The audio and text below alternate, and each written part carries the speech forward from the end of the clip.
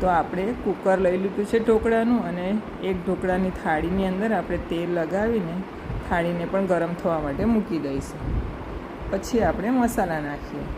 તો મીઠું, ખાંડ, બેટર ચાખી લેવાનું અને ખાંડ એ પ્રમાણે એડ કરવાની. હળદર તો 1 જ પિંચ, લસણની પેસ્ટ અને આદુ મરચાંની પેસ્ટ, અને આપણે તેલ નાખીશું 2 ચમચી જેટલું, અને બરાબર ફેટી લઈશું.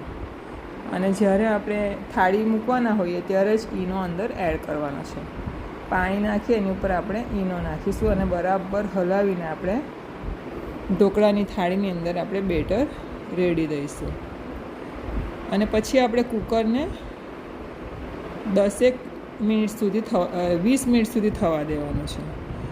અને કુકર થઈ જાય એટલે પછી આપણે અંદરથી થાળી કાઢી લેવાની છે અને એને 10 મિનિટ માટે ઠંડી થવા દેવાની છે. ઠંડી થઈ જાય પછી આપણે એને બીજી થાળીની અંદર પલટાવી દેવાનું છે, કારણ કે એની બીજી સાઈડનું ટેક્સચર ખૂબ જ સરસ હોય છે આ રીતનું. અને પછી એને આપણે ખમણના કટકા કરી લઈશું. અને પછી આપણે વઘારિયું મૂકી એની અંદર રાઈ અને લીલા મરચાં કાપેલા નાખી અને વઘાર કરીશું. ફ્રેન્ડ્સ, ખૂબ જ સરસ ખમણ તૈયાર થઈ ગયા છે. તમે પણ મારી રેસીપીથી બનાવજો.